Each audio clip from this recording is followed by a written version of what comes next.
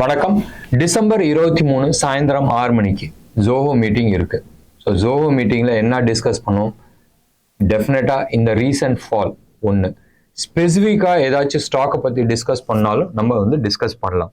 Sector பற்றி போன வாரம் இன் டீட்டெயில் ஆல்மோஸ்ட் 1.5 மணி நேரம் நான் பேசியிருக்கிறேன். ஸோ அது பேசுறதுல அர்த்தம் கிடையாது. கம்ப்ளீட் கவரேஜ் நான் கொடுத்துருக்கிறேன். ஸோ நம்ம செக்டர் பற்றி பேச வேணாம், பட் டெஃபினட்டா நம்ம எப்படி ரியாக்ட் பண்ண போறோம், இல்லை நம்ம எப்படி நம்மளோட போர்ட்ஃபோலியோ இல்லை நம்மளோட இன்வெஸ்ட்மெண்ட்டை சேவ் பண்ணலான்றது டிஸ்கஷன் பண்ணலாம். ஒன்று, ஸ்டாக் ஸ்பெசிஃபிக்காக நம்ம டிஸ்கஷன் பண்ணலாம்.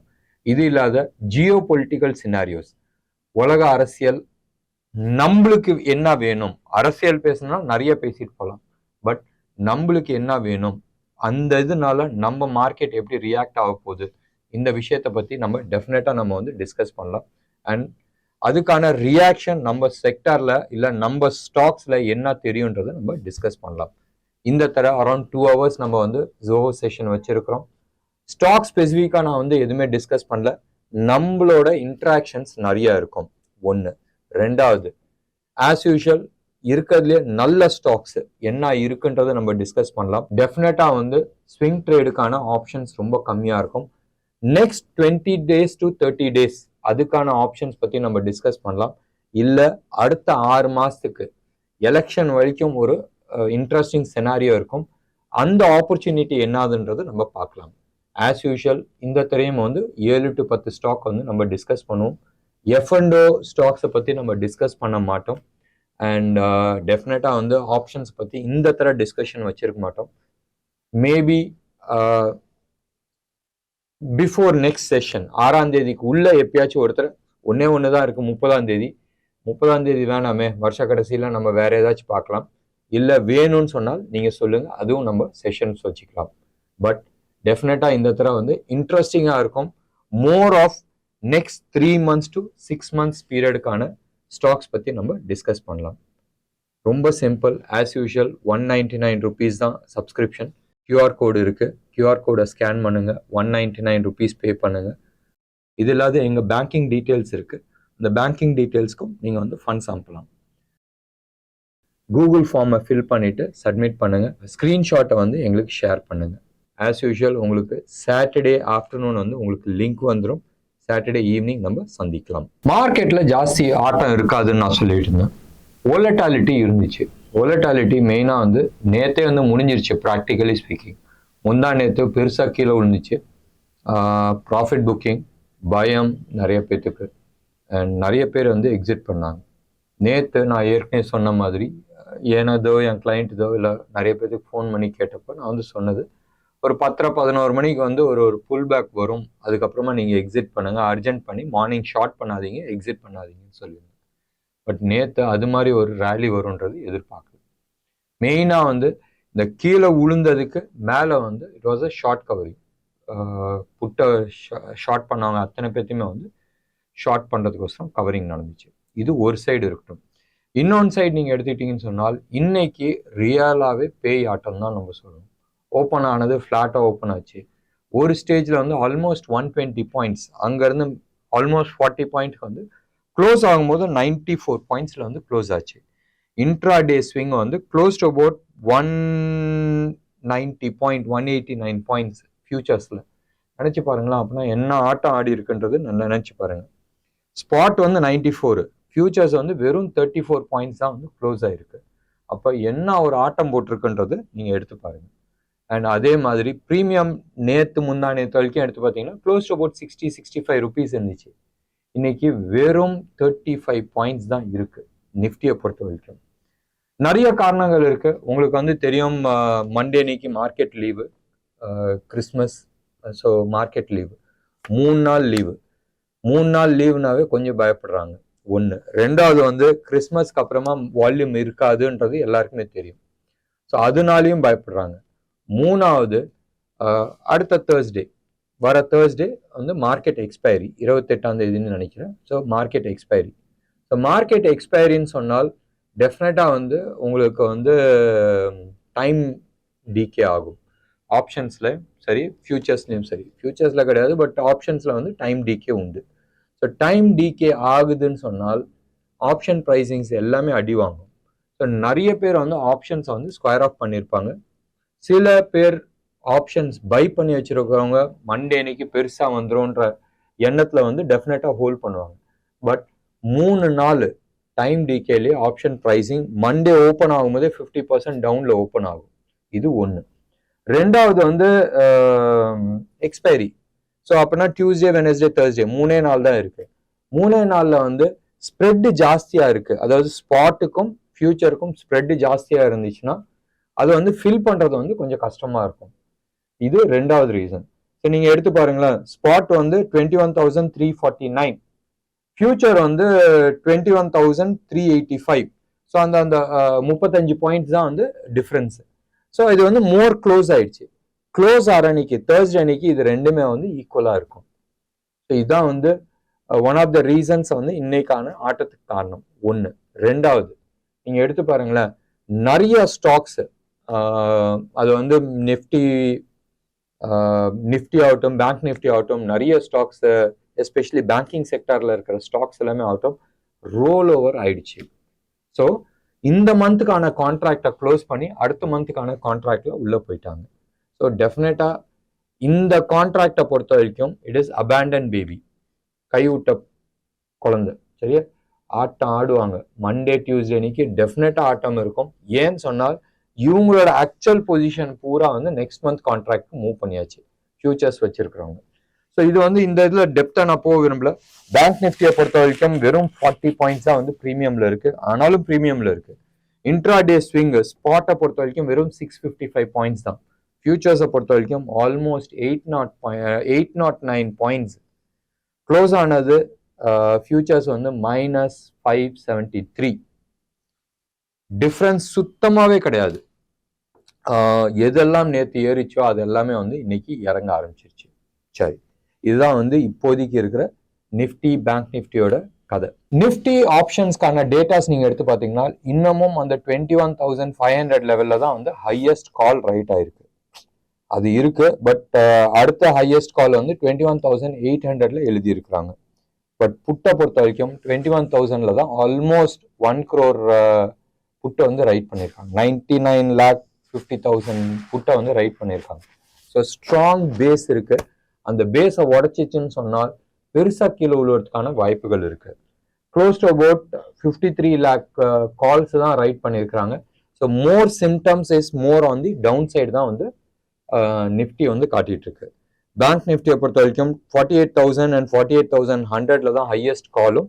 புட்டை பொறுத்த வரைக்கும் 47,000 தள்ளி எழுதி இருக்கிறாங்க. 47,000ல ஹையஸ்ட் புட்டும் இருக்கு. ஸோ 1000 பாயிண்ட்ஸ் வந்து ஸ்ப்ரெட். அப்போ அந்த அளவுக்கு வாலட்டாலிட்டி இருக்கும்ன்றது ஹிண்ட் காட்டுது. ஸோ நான் வந்து இந்த டேட்டாஸ் இப்போதான் பார்க்குறேன். அண்ட் நிஃப்டி வந்து என்ன இருக்குன்றதும் நம்ம முதலே வந்து எதிர்பார்த்தோம். சரி, இன்னைக்கு வந்து செக்டர் வைஸோ ஸ்டாக் வைஸோ எதுவுமே பேசுறதுக்கு அர்த்தம் கிடையாது. ஏன்னு சொன்னால் டெஃபினட்டா சாட்டர்டே இல்லை மண்டே நம்ம வந்து ஒரு ஸ்பெஷல் வீடியோ போடலாம். அந்த வீடியோவில் வந்து இன்டெப்த் நம்ம டிஸ்கஸ் பண்ணிக்கலாம். ஒன்று, டெஃபினட்டா வந்து ஜனவரி 6, 4, 5, 6 தேதிக்கு வரைக்கும் மார்க்கெட்ல வந்து ஒன்றும் பெருசா இருக்காது. மோர் ஆஃப் லோக்கல் இன்வென்ட்ஸ் தான் இருக்கும். இன்டர்நேஷ்னல் ட்ரெண்ட் வந்து செட் ஆகணும். என்ன ஆக போகுதுன்றது மோஸ்ட் ஆஃப் வெஸ்டர்ன் வேர்ல்டு வந்து தே ஒர்க் ஆன் ரிவர்ஸ் பேட்டர்ன். நான் இந்த வருஷம் 100 ரூபா வந்து நான் சம்பாதிக்க போறேன். போன வருஷம் வந்து 150 ரூபா நான் சம்பாதிச்சிருந்தேன். ஸோ 50 ரூபா நான் வந்து செலவு குறைச்சாகணும். இந்த 50 ரூபா செலவு குறைக்கிறதுக்கு வந்து இத்தனை ஆளுங்களை வேலை விட்டு எடுக்கிறேன். இந்த கான்ட்ராக்ட்ஸ்லாம் நான் வந்து க்ளோஸ் பண்ண போறேன் டிசைட் பண்ணுவாங்க. அது டிசிஷன் வந்து ஜனவரி 1st வீக்ல வந்து நடக்கும். அதுக்கப்புறமா வந்து அந்த ஜனவரி 3ல இருந்து 5, 6க்குள்ள வந்து அவங்க டிக்ளேர் பண்ணுவாங்க. இந்த வருஷம் வந்து எங்களோட growth இதுதான். ஒவ்வொரு கம்பெனியும் வந்து சொல்லுவாங்க, இதை தான் நாங்கள் கான்சென்ட்ரேட் பண்றோம், இவ்வளோ ப்ரைஸ் இல்லை, இவ்வளோ காஸ்ட் கட் டவுன் பண்ணியிருக்கிறோம், இவ்வளோ பேரை வேலை விட்டு எடுத்திருக்கிறோம், இதை வந்து டிசைட் பண்ணுவாங்க. அது டிசைட் பண்ணும் போதும் மார்க்கெட்ல வந்து என்ன சம்பாதிக்கலான்றது ஒரு ஐடியா வரும். மார்க்கெட்ன்றது நம்ம மார்க்கெட் இல்லை, பிஸ்னஸ் பண்றவங்க. ஸோ அதை பேஸ் பண்ணி தான் வந்து மார்க்கெட் வந்து அடுத்த ப்ரொஜெக்ஷன்ஸ் வரும். ஸோ அது வரைக்கும் மோர் ஆஃப் லோக்கல் நியூஸாக தான் இருக்கும். இன்னைக்கு எடுத்து பாருங்களேன், பாலிகாப்ல வந்து இன்கம் டேக்ஸ் ரைடு. ஸோ அந்த ஒரு ரீசன்னாலேயான்னு தெரியாது, பட் அது வந்து ஆல்மோஸ்ட் 4.6% கீழே விழுந்திருக்கு. பாலிகேப் ரொம்ப மேலே ஏறிச்சு, கரெக்ஷன் ஆகிறதுக்கான டைம். ஸோ அதில் வந்து உங்களுக்கு இது மாதிரி நியூஸ் எல்லாமே வரும். இன்னைக்கு செக்டர் வைஸ் நீங்கள் எடுத்துட்டீங்கன்னு சொன்னால் மெட்டல் செக்டர் இன்னைக்கு வந்து டாப் பர்ஃபார்மராக வந்திருக்கு. அண்ட் மீடியா அடுத்தது. நம்ம லாஸ்ட் வீக் ஜோஹோ மீட்டிங்ல வந்து நம்ம வந்து சொல்லியிருந்தோம் 4 செக்டர் தான் வந்து சூப்பரா இருக்கு, மீதி 15 செக்டர் வந்து பயங்கர டேஞ்சர் ஜோன்ல இருக்கு, எப்போ வேணாலும் கீழே உழுவலாம்ன்றது நம்ம சொல்லியிருந்தோம். அந்த 4 செக்டர்ல 2 செக்டர் வந்து இன்னைக்கு வந்திருக்கு, ஒன்று மெட்டல், இன்னொன்று மீடியா. தேர்ட் வந்து நான் சொன்னது வந்து எஃப்எம்சிஜியும் ரொம்ப நல்லா இருக்குன்றது அன்னைக்கு சொல்லியிருந்தோம். எஃப்எம்சிஜியில் நேற்று வந்து பிரிட்டானியா பற்றி நான் பேசியிருந்தேன். இன்னைக்கு மெட்டல்ஸ் வந்து நல்லா பர்ஃபார்ம் பண்ணியிருக்கு. மெட்டலில் இந்த சர்க்காட்டம் இருக்கு தெரியுமா, இப்போ நீங்கள் வந்து ஃபாஸ்ட்டாக பைக் எடுத்துகிட்டு வந்து அப்படி பிரேக் அடித்தா அந்த ஸ்டாப் லைனில் நிற்காது, அது தாண்டி அப்படி போய் நிற்கும். அந்த கதை தான் வந்து உங்களுக்கு ஹிந்து காப்பரில் நடந்திருக்கு. நம்மளோட டார்கெட், மந்த்லி டார்கெட் அரௌண்ட் 220 பக்கமாக நம்ம பேசியிருந்தோம். நேற்று 218 219ல நாங்கள் எங்களோட பொசிஷன்ஸ் எல்லாமே வந்து ஸ்கொயர் ஆஃப் பண்ணியாச்சு. 220 டச் பண்ணிட்டு கீழே வரும்போது நாங்கள் ஸ்கொயர் ஆஃப் பண்ணோம். இன்னைக்கு மார்னிங் மேலே போகுன்றதை எதிர்பார்த்தோம், ஏன்னா நேற்று பெரிய வால்யூமோட போச்சு. ஆல்மோஸ்ட் 11 இயர்ஸ் 12 இயர்ஸோட ஹையை உடைக்கிறான்னு சொன்னால் டெஃபினட்டாக அந்த வால்யூம் இருக்க தான் செய்யும். அதே ஈவெண்ட் தான் வந்து இன்னைக்கு நடந்துச்சு. இன்னைக்கு ஹிண்டல்கோ 231 டச் பண்ணிட்டு கீழே வந்து 225ல வந்து க்ளோஸ் ஆயிருக்கு. மோர் ஆர் லெஸ் நீங்க எடுத்து பார்த்தீங்கன்னா ஒரு மினி டாப்பிங் டெயில் மாதிரி கொடுத்துருக்கு. இது கீழே வருமா வராதான்றது பார்க்க வேண்டிய ஒரு விஷயம். இது எங்களை பொறுத்த வரைக்கும் we have exited those positions. சரி, இதுக்கு அடுத்தது நம்ம எடுத்துக்கிட்டோம்னு சொன்னால் ஹிண்டல்கோ இன்னைக்கு வந்து டாப் பர்ஃபார்மராக இருந்துச்சு. நேஷனல் அலுமினியம் நம்ம அடிக்கடி பேசிட்டு இருக்கோம், அதுவும் வந்து இன்னைக்கு ஒன் ஆஃப் தி மெட்டல் செக்டர்ல டாப் பர்ஃபார்மர். இன்னைக்கு வந்து ஒரே ஒரு ஸ்டாக்கை பத்தி நம்ம பேசி ஆகணும், விப்ரோ வந்து லாஸ்ட் வந்து ஒரு 1 இயராகவே வந்து பயங்கர அண்டர் பர்ஃபார்மர். தோ டிசிஎஸ் அண்ட் இன்ஃபோசிஸ் ஒரு லெவல் வரைக்கும் வந்துட்டு ரிவர்ஸ் ஆயிட்டா, இவங்க மட்டும் அப்படி கீழே வளர்ந்துட்டே இருந்தாங்க. ஜூன்ல தான் வந்து ஒரு பாட்டம் பண்ணிச்சு. அந்த ஜூன்ல இருந்து ஆல்மோஸ்ட் கன்சாலிடேஷன் போயிட்டு இருந்துச்சு. லாஸ்ட் ஒரு 2-3 வீக்ஸா வந்து அப்படி கொஞ்சம் ஏற ஆரம்பிச்சிச்சு. இன்னைக்கு மந்த்லி ஹையை வந்து பிரேக் பண்ணிருக்கு. ஜூன் மாசம் எந்த ஹை இருந்துச்சோ அந்த ஹையை வந்து பிரேக் பண்ணிச்சு. And naturally day break out, weekly break out, மந்த்லியில வந்து ஒரு பிரேக் அவுட் கொடுத்துருக்கு. ஸோ ஸ்டாக் கீழே வந்து ஒரு பேஸ் ஃபார்ம் பண்ணி அதுக்கப்புறமா வந்து ரிவர்ஸ் ஆயிருக்கு. இது வந்து ஆல்மோஸ்ட் நம்ம ஆர்த்தி இண்டஸ்ட்ரி நம்ம பேசணும் தெரியுமா, எக்ஸாக்ட் பாட்டம்ல வந்து நம்ம ஸ்டாக் ஐடென்டிஃபை பண்ணோம். ஆல்மோஸ்ட் அது மாதிரி ஒரு சினாரியோ. ஆனால் எக்ஸாக்ட் லோவில் நான் சொல்ல, இது ஃபர்ஸ்ட் பிரேக் அவுட்ல வந்து நான் சொல்லியிருக்கேன். இந்த ஃபர்ஸ்ட் பிரேக் அவுட்க்கு அப்புறமா மேபி வந்து ஒரு கன்சாலிடேஷன் ஆகிறதுக்கான சான்சஸ் நிறைய இருக்கு. ப்ரீவியஸ் ஹை வந்து வேவ் 3 மந்த்லி சார்ட்ல, அது வேவ் 3. இப்போ வந்து டவுன் வந்தது வந்து வேவ் 4. ஸோ வேவ் 5 வந்து வேவ் 3க்கு மேலே போகும். டெஃபினட்டா இந்த ஸ்டாக்கை பத்தி நம்ம அடுத்த வீடியோ நம்ம வந்து ஸ்பெஷல் வீடியோ போடும் போது நம்ம டிஸ்கஸ் பண்ணலாம். யாராச்சும் லாங் டேர்ம்க்கு பிளான் பண்றீங்கன்னு சொன்னால் விப்ரோ வந்து அடுத்த 2-3 இயர்ஸ்க்கு வந்து நம்ம ஹோல்ட் பண்ணலாம். பட் இன்னொன்று ஒரே ஒரு ரிஸ்க் ஃபேக்டர் ஞாபகம் வச்சுங்க, ஐடி கம்பெனிஸ் பூரா majority of them are western depend, யூரோப்போ இல்லை யூஎஸ்ஓ டிபெண்ட் பண்ணி இருக்கிறாங்க. பெஸ்ட் புத்திசாலித்தனம் இந்த ஸ்டாக்ல நீங்க இன்வெஸ்ட் பண்ணணும்னு நினைச்சா, மேபி லெட்ஸ் அஸ்யூம் நீங்க வந்து ஒரு 1000 ஸ்டாக் இன்வெஸ்ட் பண்ணணும்னு நினைச்சா மேபி ஒரு 50 இல்லை 100 வந்து இப்போ வாங்கிக்கலாம். ஒரு 2ஆம் தேதி 3ஆம் தேதிக்கு அப்புறமா அடுத்த 2ஆம் தேதி கூட 6ஆம் தேதி 7ஆம் தேதிக்கு அப்புறமா மேபி அடுத்த ஒரு 50-100 ஆட் பண்ணிக்கலாம். ஏன்னு சொன்னால் அங்க நெகட்டிவ் நியூஸ் இருந்துச்சுன்னா இது வந்து கன்சாலிடேட் ஆகும். இந்த பிரேக் அவுட் ஆகி அந்த ஜோன்ல வந்து கன்சாலிடேட் ஆகும். இல்ல ஒரு மேல போய் மறுபடி கீழே வந்து ஒரு கன்சாலிடேஷன் வரதுக்கான சான்சஸ் இருக்கு. இந்த சினாரியோல போய் மாட்டிக்காதீங்க.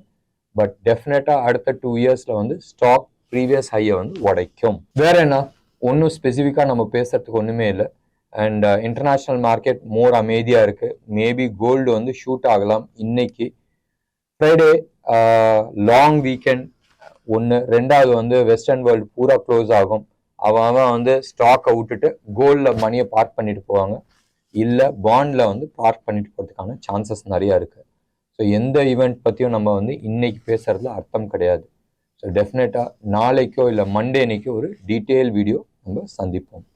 இதுக்கு நடுப்புற நாளைக்கு சாயந்தரம் 6 to 8 நம்ம சந்திப்போம். ஜோஹோ மீட்டிங்கில் யார் யாரெல்லாம் சப்ஸ்கிரைப் பண்ணியிருக்கீங்களோ வாங்க, ஈவினிங் நம்ம சந்திக்கலாம்.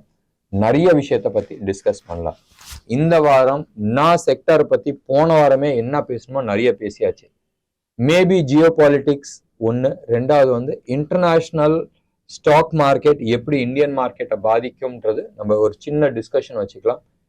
மேஜர் போர்ஷன் இந்த தடவை வந்து இன்ட்ராக்டிவ் வச்சுக்கலாம். உங்க கூட ஏதாச்சும் டவுட்ஸ் இருக்குன்னு சொன்னால் நீங்கள் முடிஞ்ச அளவுக்கு முதல்ல கொஷின் போஸ்ட் பண்ணிடுங்க, அண்ட் நான் டிஸ்கஸ் பண்ணுறதுக்கு முயற்சி பண்ணுறேன். போன வாரம் நிறைய பேர் வந்து குட் மார்னிங் குட் ஈவினிங்ன்ற மெசேஜ் போட்டு கொஷின்ஸ் வந்து அங்கங்கே உள்ள மாட்டிச்சு. இந்த தடவை வந்து வெல்கம் மெசேஜ் நம்ம விட்டுறலாம். அண்ட் ஏதாச்சும் ஒரு சின்ன மெசேஜ் இருக்குன்னா நீங்கள் இது பட்டு கொஷின் மட்டும் நீங்கள் வந்து அந்த கொஷின் ஆன்சரில் நீங்கள் வந்து போஸ்ட் பண்ணுறது நல்லா இருக்கும். டெஃபினட்டாக இன்ட்ரெஸ்டிங்காக இருக்கும். வாங்க சந்திப்போம். நன்றி, வணக்கம்.